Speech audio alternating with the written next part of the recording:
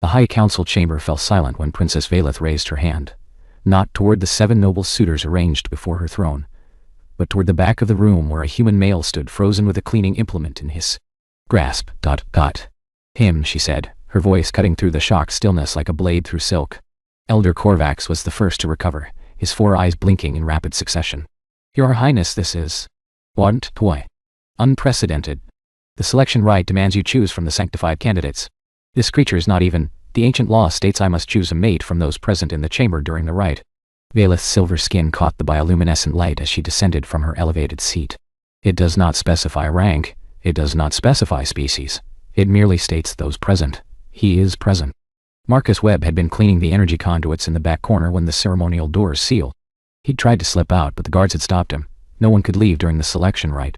So he'd stood there, invisible as always, waiting for the elaborate ritual to end so he could finish his shift. Now every eye in the chamber was fixed on him.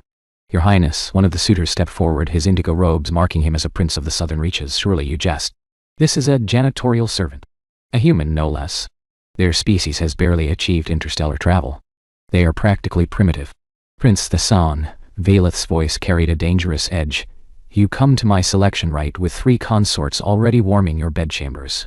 Duke Morven has gambling debts that would bankrupt a small moon.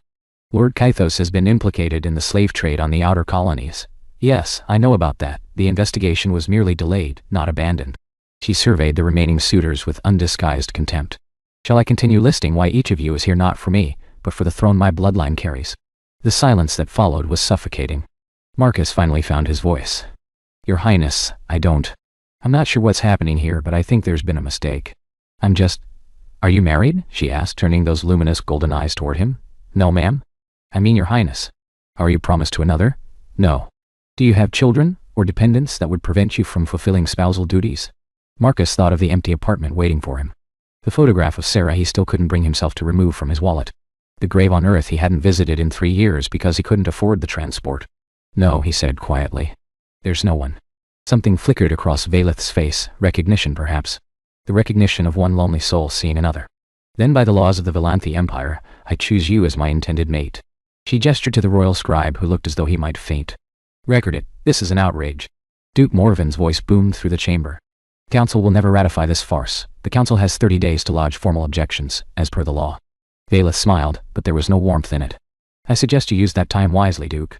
Perhaps to settle your debts before the auditors arrive. The Duke paled to a shade of violet that Marcus suspected was not healthy for his species. Guards, Valeth commanded, escort my intended to the guest quarters in the royal wing. See that he has appropriate clothing and refreshment. We will speak privately within the hour. As 2 armored Valanthi flanked Marcus, he caught the princess's eye one last time. Behind her imperious mask he saw something that surprised him. Fear. She was as terrified as he was. The guest quarters were larger than Marcus's entire housing unit on the station. He stood in the center of the room, still holding his cleaning tool because no one had thought to take it from him, and tried to process what had just happened. The door chimed. Enter, he said, then wondered if he even had the authority to grant entry in a royal palace. It wasn't the princess. An elderly Valanthi female glided into the room, her silver skin marked with the dark patterns of advanced age. She studied Marcus with an intensity that made him want to check if he'd missed a spot while cleaning.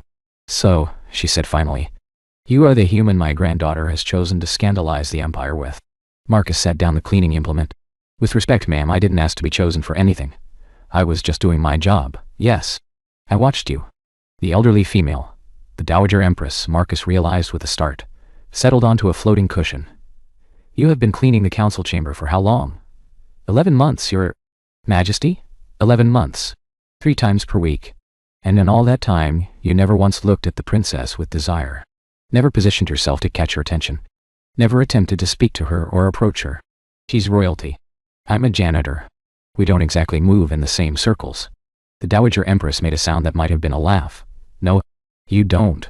Which is precisely why she chose you. She leaned forward slightly. My granddaughter has been hunted since birth, young human. Every smile directed at her has hidden ambition. Every kind word has concealed calculation. Every suitor has wanted the throne she represents, not the woman she is. Marcus thought about that. And she thinks I'm different because I never tried. She thinks you are different because you are the first male in her entire life who looked at her and saw just another person in the room. Not a prize. Not a stepping stone. Just a person. The Dowager's ancient eyes softened slightly. It may not seem like much to you, but to someone who has never experienced it, such indifference is almost intoxicating. I wasn't indifferent, Marcus said quietly. I just knew my place. And what place is that? He met her gaze steadily. The place of someone who's already lost everything that mattered. When you've got nothing left to want, it's easy not to want things that were never meant for you. The Dowager Empress was silent for a long moment. Then she rose, her movements graceful despite her evident age. The Council will try to destroy you, she said simply. They will investigate your past. They will find your weaknesses. They will exploit anything they can to have this selection annulled. Then they'll succeed. I'm nobody special. Just a man who needed a job and ended up on a space station far from home. Perhaps. She paused at the door. But my granddaughter has never been wrong about people. Foolish, yes. Reckless, certainly. But wrong. She shook her head slowly. Never. After she left, Marcus sank onto the edge of the sleeping platform and put his head in his hands. Somewhere in his pocket, Sarah's photograph felt heavier than it ever had before. 3 days passed before Marcus saw the princess again. He'd been given clothing, simple but well-made garments in neutral colors, that he suspected were deliberately chosen to be inoffensive. Meals appeared at regular intervals, delivered by servants who refused to meet his eyes. He had access to a small garden terrace and an extensive information terminal, but no contact with the outside world. On the 4th morning, she came to him. Valeth looked different outside the formal setting of the council chamber. Smaller somehow. She wore a simple robe instead of ceremonial regalia, and her silver hair was unbound, falling past her shoulders in waves that caught the light. You haven't tried to escape, she observed, settling into a chair across from him. Should I have? Most would have. The guards would have stopped you, of course. But most would have tried. Marcus shrugged. I've got nowhere to go. My shift supervisor probably assumes I'm dead or arrested. My apartment will be reassigned by now. Running seemed pointless. Valeth studied him with those golden eyes. You're remarkably calm for someone whose life has been upended. Your Highness, with respect, my life was upended 3 years ago. Everything since then has just been existing. He paused. May I ask you something? You may ask. I may not answer. Why me? Really? And please don't tell me it's because I didn't look at you with desire. There must have been other options. Other ways to avoid those suitors that didn't involve choosing a human janitor. Valeth was quiet for a moment. When she spoke, her voice had lost its royal edge. Do you know what the selection rite actually is, Mr. Webb? It's not a ceremony. It's a trap. Once triggered, I had 30 seconds to choose, or the council would choose for me. Prince the San had already bribed enough members to ensure he would be their selection. So I was convenient. You were present. You were unmarried. You were, she hesitated, the only one in that room who didn't want something from me. You don't know that. You don't know anything about me. I know you clean the council chamber 3 times a week and you do it thoroughly. I know you hum Earth songs when you think no one is listening, sad songs mostly. I know you carry a small photograph that you look at when you take your meal break, and whatever is in that photograph makes you both happy and heartbroken at once. She met his startled gaze. I notice things, Mr. Webb. It's how I've survived this long. Marcus felt exposed in a way that had nothing to do with his simple clothing. You watched me. I watched everyone. You were simply the most restful to observe. A slight color rose in her silver cheeks. That sounds strange. It sounds lonely. The word hung between them like a living thing. Valeth looked away first. The council has begun their investigation, she said, her tone shifting back toward formality. They've requested your immigration records, your employment history, your medical files. They're searching for anything that would disqualify you as a potential mate. They'll find I'm boring. No criminal record. No scandal. Just a widower who couldn't stand living on the same planet as his wife's grave, so he took a job as far away as possible. Valeth's eyes returned to his face. Widower? Sarah. We were married for 4 years. She died in a transport accident. Wrong place, wrong time. He pulled the photograph from his pocket. He'd been allowed to keep it, though little else, and held it out. The princess took it carefully as though it were something fragile and precious. She studied the image of a smiling human woman with dark, curly hair and bright eyes. She was beautiful. She was everything. Marcus took the photograph back, returning it to its place near his heart. And now she's gone, and I'm here, and none of this makes any sense. No, Valeth agreed quietly. It doesn't. They sat in silence for a while. It should have been uncomfortable, but somehow it wasn't. The council will likely find grounds to annul the selection, Valeth finally said. Your species has no formal treaty with the Empire. There are legal arguments about whether a human can even qualify as a sanctified presence under the rite, and if they succeed, then I will be forced into another selection rite. And this time they will ensure no convenient janitors are present. Marcus heard what she wasn't saying. You'll be given to Prince the San. Or someone like him. It makes little difference. They all want the same thing. What do you want? The question seemed to surprise her. She blinked those golden eyes, and for a moment, she looked very young and very lost. "I want to matter to someone," she said slowly, as though discovering the words as she spoke them. "Not my bloodline, not my throne, not my political value, just me. The person underneath all of this." Marcus nodded slowly. "I understand that more than you might think. Do you? Sarah used to say the same thing. Before we got married, she was from a wealthy family. Old money, lots of expectations. She said I was the first person who saw her instead of her inheritance." He smiled slightly at the memory. "She also said I was hopelessly dense, and it took her 3 months to convince me she was actually interested." Something shifted in Valeth's expression. "Were you happy with her, deliriously?" "Completely. In a way I didn't know was possible." His smile faded, and then she was gone, and I learned that happiness like that has a price. The void it leaves behind when it's taken from you. Valeth rose from her chair. For a moment she seemed uncertain, caught between her royal training and something more instinctive. Then she reached out and placed her hand over his, a gesture that Marcus later learned was deeply intimate in Valanthi culture. "I am sorry for your loss," she said simply. Her skin was cool against his, smooth and faintly luminescent up close. Marcus didn't pull away. "Thank you." She withdrew her hand slowly, almost reluctantly. "I should go. The council demands my presence for testimony regarding the selection. They will try to make me recant." "Will you?" Valeth paused at the door, looking back at him with an expression he couldn't quite read. "I don't know yet," she admitted. "But I find that I don't want to." After she left, Marcus sat alone in the garden terrace, watching the alien sun set over a palace he had no right to be in, and wondered when exactly his heart had begun to thaw. The investigation lasted 2 weeks. Marcus was subjected to medical examinations, psychological evaluations, and endless hours of questioning by council inquisitors who seemed determined to find something, anything, that would disqualify him. They probed into his childhood, his education, his marriage, his grief. They analyzed his genetic material and declared him biologically inferior, but not technically incompatible. They scrutinized his work history and found nothing more damning than a single warning for using an unauthorized cleaning solvent. Through it all, Valeth fought. He learned this not from her. Their meetings remained brief and supervised, but from the Dowager Empress, who had taken to visiting him with updates disguised as casual conversation. "She addressed the full council today," the old woman reported, settling onto her floating cushion. "Argued for 3 hours that the traditional interpretation of sanctified presence was based on outdated xenophobic principles. Several of the younger council members were actually persuaded, and the older ones, furious. Duke Morven accused her of deliberately undermining the Empire's genetic integrity." The Dowager's lips curved slightly. He responded by reciting his family's medical history, which includes no fewer than 6 genetic abnormalities from centuries of inbreeding. He did not enjoy that. Marcus almost smiled. "She's making enemies. She's had enemies since birth. At least now she's choosing her battles." The Dowager studied him. "The final vote is in 3 days. The outcome is uncertain. What happens if they vote to annul? You will be quietly deported back to Earth. Valeth will be placed under protective custody until a new selection rite can be arranged. And the Empire will continue as it always has, the powerful preying on those beneath them, all while calling it tradition." Marcus thought about that. He thought about Sarah, who had walked away from wealth and status for a man who had nothing to offer but love. He thought about the hollow years since her death, moving through life like a ghost, taking jobs that kept him too busy to feel. He thought about golden eyes and cool silver skin and a question that still haunted him. "What do you want?" "I need to speak to the council," he said. The Dowager's eyes narrowed.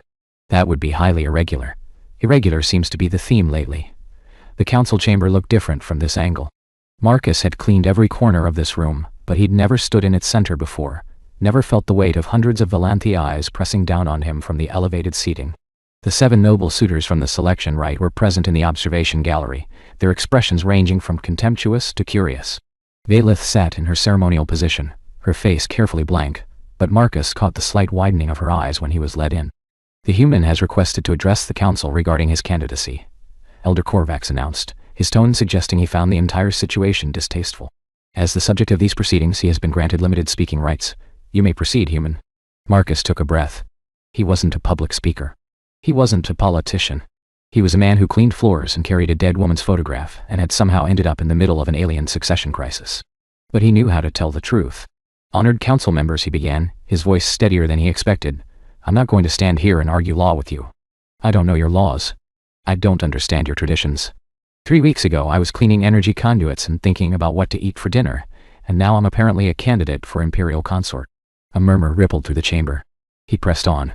"You've spent 2 weeks investigating me. You know everything there is to know, probably more than I know about myself. So I won't pretend to be something I'm not. I'm a janitor. A widower. A human with no special skills, no political connections, no value to your empire beyond my ability to clean things. Then you acknowledge your unsuitability, Duke Morven called out from the gallery, triumph in his voice. I acknowledge that by your standards I'm nobody. Marcus turned to face the Duke directly. But here's what I've learned in my years of being nobody. The people at the top spend so much time looking up at what they want, that they never see what's right in front of them. He turned back to the council. You've been so busy investigating whether I'm worthy of your princess that none of you have asked the only question that matters. What does she actually need? The chamber went silent. I watched her during the selection rite. I've seen her in the halls when she didn't know anyone was looking. I've listened to her talk about her life like it's a cage she was born into. And I recognize that look, because I've seen it in my own mirror. He paused. She's drowning. And every single person in this room is either trying to push her head underwater or pretending not to notice. You dare. One of the council members began. I dare because I have nothing to lose. Marcus's voice hardened. You can deport me tomorrow. You can have me executed for all I care. But I won't stand here and pretend that your system isn't broken. You've turned a living woman into a political prize, and you're surprised when she makes a choice that doesn't fit your expectations. He looked at Valeth then, really looked at her, and saw tears gathering in those golden eyes. Your Highness, I don't know if I can be what you need. I'm damaged and tired and I've got nothing to offer except the truth. But I know what it's like to be alone in a room full of people. I know what it's like to be seen as a means to an end instead of a person. And I know that whatever happens after today, you deserve better than what's being offered to you. He turned back to the council. Vote however you want. Annul the selection. Keep it, I don't care. But know that your princess made her choice for a reason, and that reason isn't political. It's survival. And if you can't see that, then you don't deserve to call yourselves her advisors. The silence that followed was absolute. Then Valeth stood. She descended from her elevated seat with slow, deliberate steps, crossing the chamber floor until she stood directly in front of Marcus. The council members leaned forward, and Marcus could feel the tension in the room ratcheting higher with each passing second. You foolish man, she whispered, and then she kissed him. Her lips were cool and soft and tasted faintly of something floral. This was brief, chaste by human standards, though Marcus would learn later that in Valanthi culture, such a public display was practically scandalous. When she pulled back, her golden eyes were bright with unshed tears and something else. Something that looked almost like hope. I choose him, she announced to the stunned council. Again. I will keep choosing him until you accept it or remove me from the succession entirely. And if you choose the latter, then you will prove that this empire values tradition over its own future. Elder Corvax rose slowly from his seat. His 4 eyes blinked in sequence as he surveyed the chamber.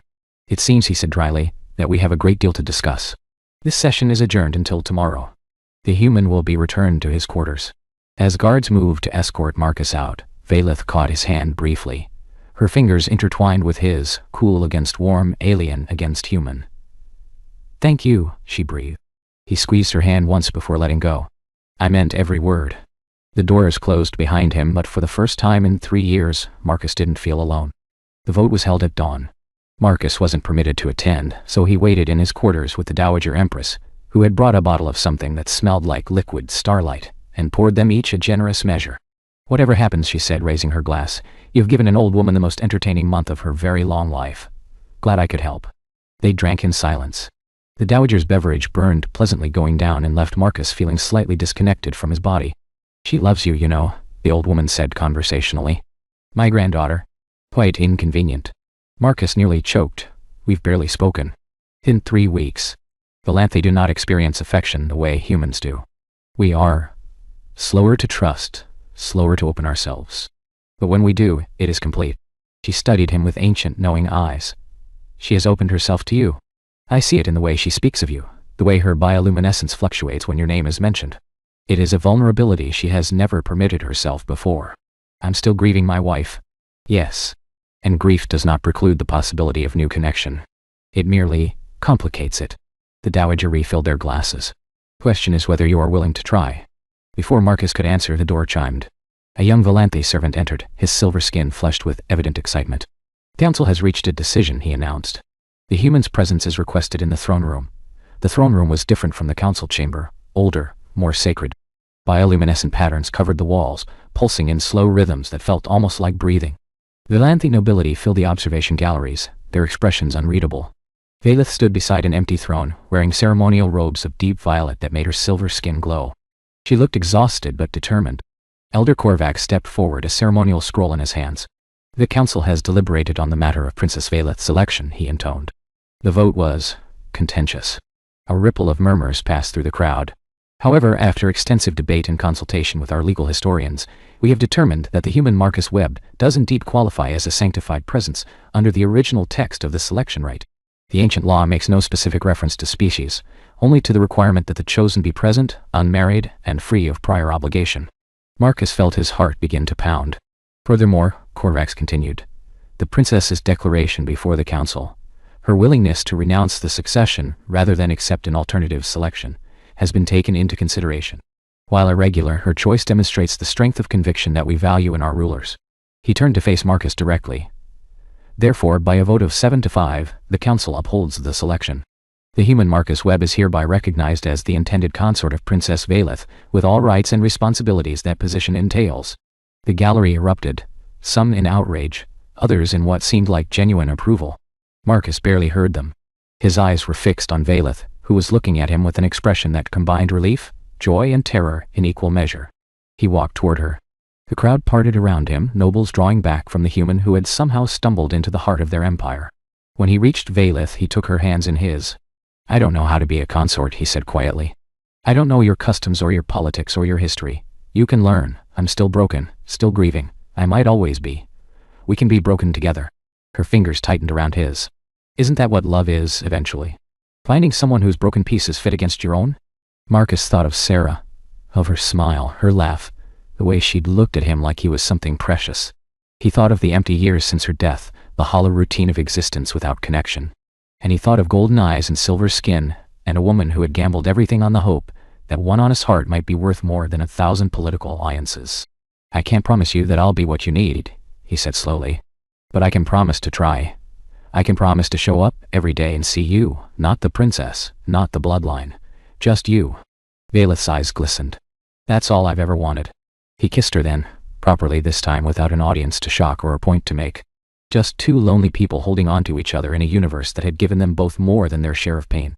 When they finally parted, the throne room had gone silent. Even Duke Morven had stopped his protests. The Dowager Empress stepped forward from the crowd, her ancient face creased in something that might have been a smile. Well, she said dryly, I suppose someone should begin planning the wedding. The ceremony was held 1 month later. It was smaller than tradition demanded. Valeth had insisted, and the council had learned by then that arguing with her was pointless. Close family, essential dignitaries, and a handful of others filled the ancient chapel where Valanthi royalty had been married for generations. Marcus wore white, as was human custom. Valeth wore the silver and gold of her house, but she'd added a small touch that only he would understand. A ribbon of dark blue wound through her hair, the color of Earth's oceans, the color Sarah had loved best. The vows were spoken in both languages. Marcus stumbled over the Valanthi phrases, and Valeth helped him through them, her fingers intertwined with his. When it was done, when the final words had been spoken and the ceremonial bond sealed, Elder Corvax addressed the gathered witnesses. It is customary for the senior council member to offer wisdom to the newly joined, he said. His tone was formal, but Marcus caught something almost like respect in his four-eyed gaze. The princess chose her consort from among the least likely candidates in the chamber. A human. A servant. A man with nothing to recommend him except his character. He paused. And yet, in doing so, she reminded us all of what the selection rite was originally meant to represent. Not political advantage or genetic superiority, but the recognition that true partnership cannot be engineered or arranged. It must be chosen. The old Valanthi turned to face Marcus directly. You came to us with nothing human. You leave today as a prince of the empire. But I suspect that neither state means as much to you as the woman standing beside you. You're right, Marcus said simply. It doesn't. Valeth squeezed his hand and he squeezed back. Later at the reception, as Marcus stood on a balcony watching 3 moons rise over an alien landscape, the Dowager Empress joined him. You've done an impossible thing, she said. Convinced an empire to accept a janitor as its future emperor consort. I didn't do anything. Valeth fought for this. I just stood where she pointed. The old woman was quiet for a moment. And your grief? Your wife? Marcus pulled the photograph from his pocket, Sarah's smile still bright, still beloved. But the weight of it had changed somehow. It no longer felt like an anchor dragging him down. It felt like a blessing. A reminder that he had been capable of great love once, and might be capable of it again. She would have liked Valeth, he said finally. She always said I needed someone to shake me out of my shell, and has my granddaughter succeeded? She's working on it. He smiled slightly. We're both works in progress. The Dowager made a sound that might have been approval. Good. Finished people are boring. She left him there, and a moment later, Valeth appeared in her place. She'd changed out of her ceremonial robes into something simpler, and she looked almost approachable in the moonlight. "You're thinking about her," Valeth said. It wasn't an accusation. "Yes." Marcus put the photograph away and turned to face his wife. "I probably always will be sometimes.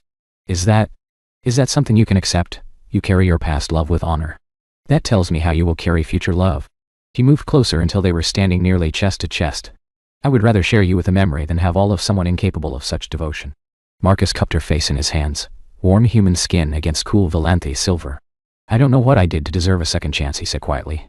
"But I promise I won't waste it. You chose to see me when no one else would." She leaned into his touch. That was enough.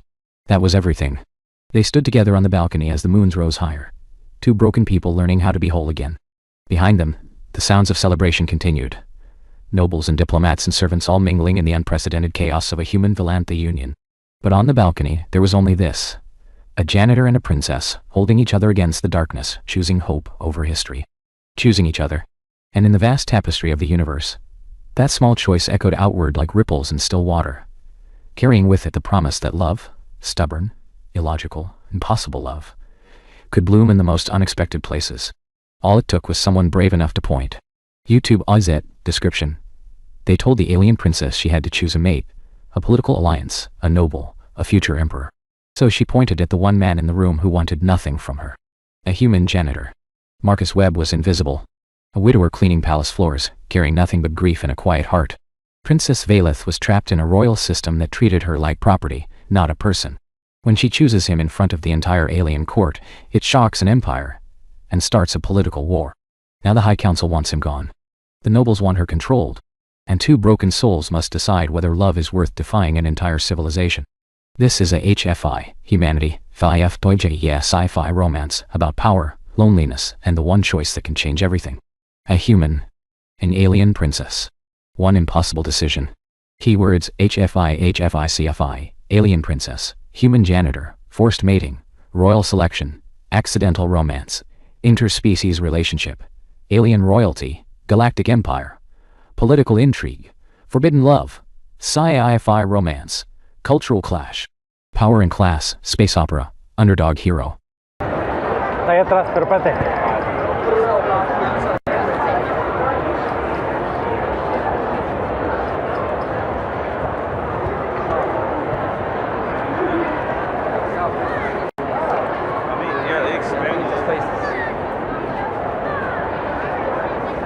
Espérate, güey. ¿Se enojan si me siento un ratito, güey? Estaba antes de llegar al puesto. Sí. ¿Me dejan sentarme un ratito, güey? Un ratito, chiquito.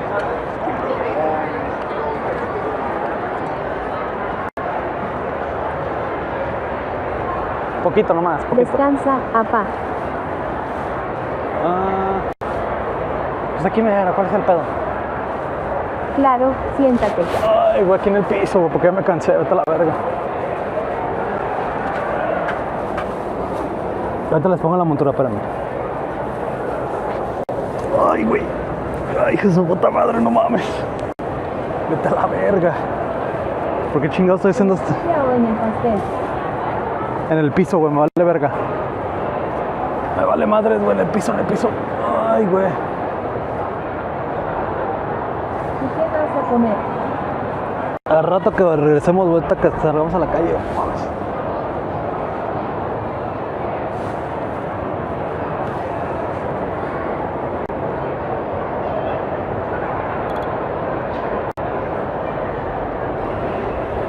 Ay, güey, no mames.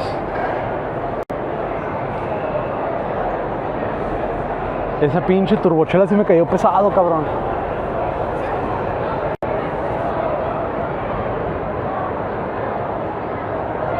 Te dices piernas y harta de gracias, pero... ¿Cómo? Ah, perdón, le estaba tapando la lente.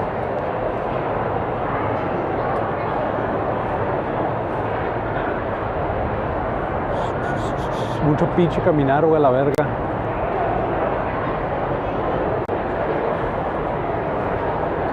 Oye,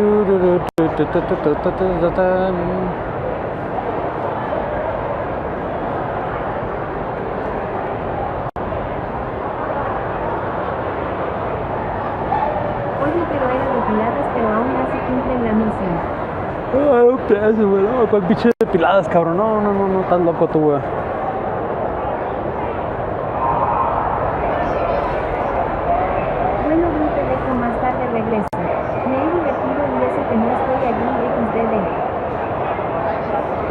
Dale, dale, vikingo.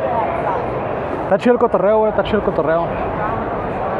Nomás que sí es mucho caminar, güey, pero mucho caminar, cabrón. ¿Cuántos pasos llevamos? Llevamos casi 10,000 pasos. Bueno, no llevamos tantos pasos. Pero creo que la turbochela afectó mucho, güey, la verdad.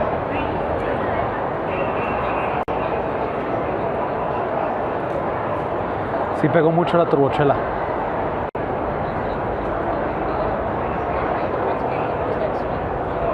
¿Te empedaste? Nah.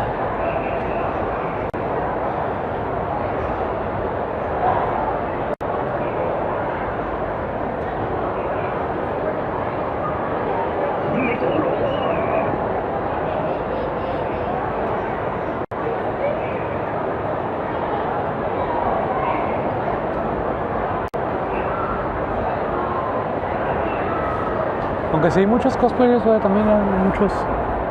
O sea, esta madre está gigantesca, güey. En años pasados era la mitad de esto, güey. Este año sí está chingonote, güey. O sea, usaron todo, güey. Todo.